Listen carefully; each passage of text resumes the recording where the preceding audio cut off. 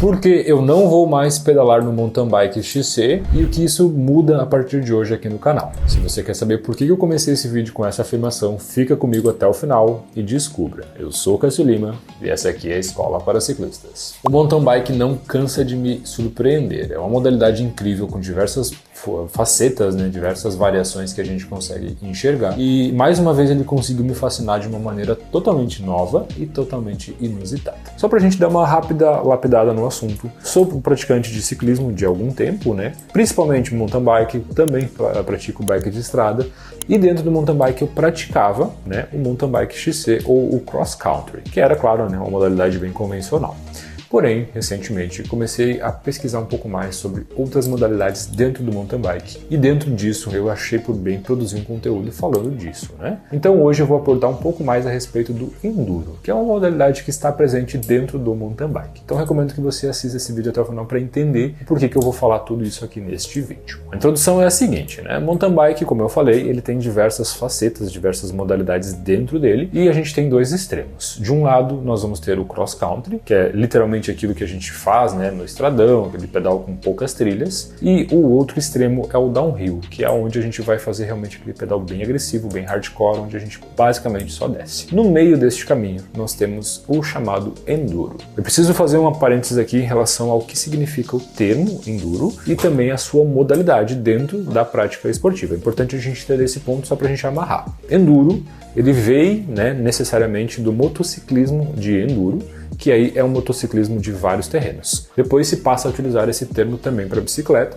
no caso das provas e competições com essa modalidade. Então, o enduro basicamente é aquela modalidade que fica entre as descidas do downhill e as subidas do chamado uphill, que não é tão famoso, né? Não é um nome tão conhecido. A gente absorveu o nome downhill como uma modalidade, né? Então downhill se considera aquilo que desce, né? Descendo uma colina, e também ao contrário, uphill, que não é tão utilizado, é uma modalidade, né? Então onde a gente sobe a colina. O enduro, ele tem característica dessas duas modalidades, então a gente vai ter o uphill e posteriormente a gente vai ter o downhill. Normalmente são provas, aí a gente está falando do meio competitivo, que usa as duas medidas, né? Diferente do cross country, que utiliza necessariamente mais as subidas e menos as descidas, e diferente também do downhill, que utiliza basicamente só as descidas. Então o tempo ele é cronometrado nas duas pontas. Mas não vou falar apenas, né, das provas, vamos falar também da parte divertida desse tipo de pedal, que aí ganha um outro nome, né? É muito utilizado o termo all mountain, que é realmente toda a montanha, né? Traduzindo literalmente. Então o enduro é basicamente aquilo que fica no meio do caminho entre o cross country e o downhill. Então, entendemos isso. Características do enduro fazem com que ele seja mais popular em alguns países. Necessariamente, né, a gente vai ver o enduro sendo muito praticado em América do Norte, principalmente, Estados Unidos, Canadá, locais assim que tem muito terreno para esse tipo de modalidade, e alguns outros lugares do mundo, né, como Suíça, França, e alguns lugares específicos aqui da América do Sul, como o Chile, e alguns outros países que têm muitas montanhas, né, galera? É importante lembrar que a gente tem que ter terreno para a prática desse tipo de modalidade. Aqui no Brasil, a gente tem também lugares que são propícios para esse tipo de prática esportiva. Principalmente, né, são as encostas de morros, lugares altos, lugares que têm serras, que te permitem fazer grandes descidas, o que é um ponto bem importante, né? Então, as características do enduro, elas ficam exatamente nesse meio do caminho, que tá aí um pouquinho bagunçado, muita gente faz até mesmo confusão. E eu já produzi um vídeo sobre esse assunto, né? O vídeo brasileiro não está pronto para bike de enduro, que tá aqui com o cardzinho aparecendo para vocês, onde eu explico um pouco mais a respeito dessa modalidade também. Tudo no mountain bike pode ser considerado novo. O mountain bike ele vem dos anos 90, no final dos anos 80, dos anos 90 para cá, e o enduro mais novo ainda. Afinal de contas, a gente vê aí 2010, 2012 para frente com a popularização dessa modalidade. Hoje, a gente tem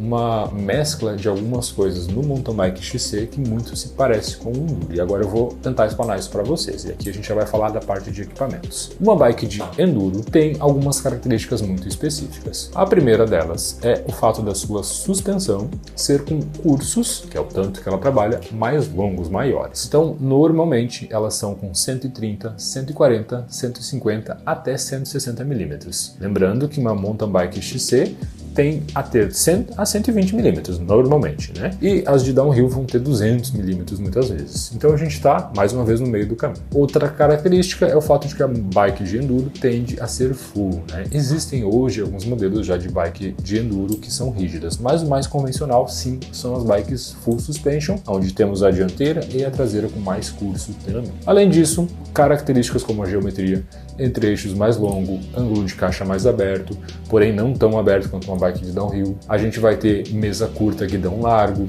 São alguns aspectos que fazem com que ela fique mais confortável para fazer descidas, mas também que não perca tanto nas subidas. Então a gente vai ter exatamente o meio do caminho. E no meu caso, felizmente, ela é uma bike que encaixa muito bem para o meu tipo de pedal atual, pois afinal de contas eu faço muitas trilhas, eu ando bastante em locais fora de estrada e muitas vezes eu sinto dificuldades, principalmente nas descidas. Muito disso se dá principalmente pelo tipo de bike que eu tenho utilizado. Afinal de contas eu estou utilizando uma hardtail, né, uma bike que é rígida, porém utilizando ela para descidas cada vez mais íngremes, cada vez mais difíceis de serem transpostas. Outra característica que é importante de ser observada, a bike de enduro ela pode vir, né, necessariamente de fábrica com o canote retrátil. E as bikes de XC normalmente vinham com canotes convencionais, aquele canote que é fixo. Atualmente, muita gente tem usado o canote retrátil mesmo em bikes hardtail. Então a gente começa a enxergar aí uma mescla, uma migração de algumas características de uma bike para outra,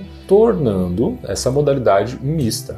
Exatamente. É preciso que a gente entenda que não existe uma linha, não existe uma regra, não existe uma bíblia que diz, olha, a partir dessa linha aqui é enduro, a partir dessa linha aqui é XC e se pular um pouquinho mais é downhill. Não existe isso. Essas fronteiras, vamos colocar assim, elas são delimitadas muito devagarzinho e muito pela prática, né? São vários atletas praticando, as provas vão evoluindo. Inclusive, né, conversando com outros atletas aí que eu conheço que praticam a atividade, hoje o mountain bike XC está subindo de nível e muitas vezes a gente tem provas de cross-country, que seriam provas mais rápidas, provas com mais parte de estradões, um pouco mais velozes mesmo, se tornando mais técnicas. Inclusive, né, na hora de produzir esse conteúdo aqui, eu tive acesso a uma entrevista da famosa Gil, né, uma das nossas futuras campeãs aí, dizendo que o enduro, a modalidade do enduro, deu muita cancha, deu muita experiência para ela poder correr nas provas de XC. Muitas vezes, olha só, muitas vezes auxiliando ela a transpor obstáculos que outros atletas de XC tinham medo. Exatamente. O enduro, por ser uma modalidade que envolve um pouco mais de descida, transformou ela numa ciclista mais bem preparada, principalmente na parte técnica da trilha de XC. Mais do que isso, outro aspecto do enduro é a resistência. A resistência do atleta tem que ser maior, porque teoricamente ele vai subir também, assim como vai descer. As duas coisas são cansativas, é importante que eu reflita nesse ponto, mas você se deslocar de um ponto a outro, como é o caso do downhill, utilizando o resgate, atualmente utilizando as e-bikes, ou mesmo nos parques, né, em Canadá e outros lugares assim onde tem aqueles teleféricos, se torna mais fácil de descer. Já no caso do enduro, não, a ideia é chegar até lá pedalando, né? Muitas pessoas no all mountain fazem o que eles chamam de trilhas longas. O que é uma trilha longa para esse tipo de modalidade? É uma trilha onde você passa por muitas horas dentro dela. Inclusive, né, existem conceitos, principalmente na América do Norte, onde esse ciclista ele vai, por vezes, até mesmo acampar no meio da trilha. Então ele está fazendo trilhas, vai de uma colina a outra, coisa que infelizmente no Brasil não existe, né? As nossas regiões não são tão altas assim, mas é muito comum, principalmente norte dos Estados Unidos e sul do Canadá, né, consequentemente, aonde eles vão ter trilhas que são subidas, descidas, e novas subidas mais uma vez. Então eu conversei com gente que, por exemplo, fez trilhas de 8 horas consecutivas. Imagina você, né, fazer uma trilha que chega a ter 8 horas consecutivas. Claro que ela não é toda para baixo, mas muito dela é descendo. E trechos delas também são de subidas, e no meio de tudo isso ele vai parar, ele vai fazer um lanche, ele por vezes vai comer alguma coisa. E muitos atletas falam também que o enduro ele tende a ser mais divertido, principalmente na parte de amizades. Então a ideia aqui é realmente tentar entender um pouco mais essa modalidade. E talvez acender um pouquinho mais essa chama aqui perante todos os brasileiros. Porque a minha concepção faz muito sentido. Afinal de contas, a gente tem terrenos muito mistos e, inclusive, existe um pouco de confusão, principalmente nos termos. Isso se dá pelas grandes montadoras. Durante a minha pesquisa, durante a busca do conhecimento que eu fiz para poder trazer esse vídeo aqui para vocês, eu me deparei com alguns termos sendo utilizados por empresas principalmente norte-americanas, né? Empresas como a Canyon, Scott, Trek, possuem algumas bikes que são com características de enduro, que muito convencionalmente eles chamam de trail ou trail bikes. Lá, inclusive, eles usam muito o termo BTT, que é a bike todo terreno. No Brasil não é tão convencional utilizar esse tipo de termo, então acaba fugindo um pouco e aí acaba gerando um pouco de confusão. Eu não sou nenhum expert nesse assunto, eu fiz algumas pesquisas e eu li bastante conteúdo, principalmente leituras, e isso me fez retomar alguns assuntos do passado aí. Pois afinal de contas, hoje a gente,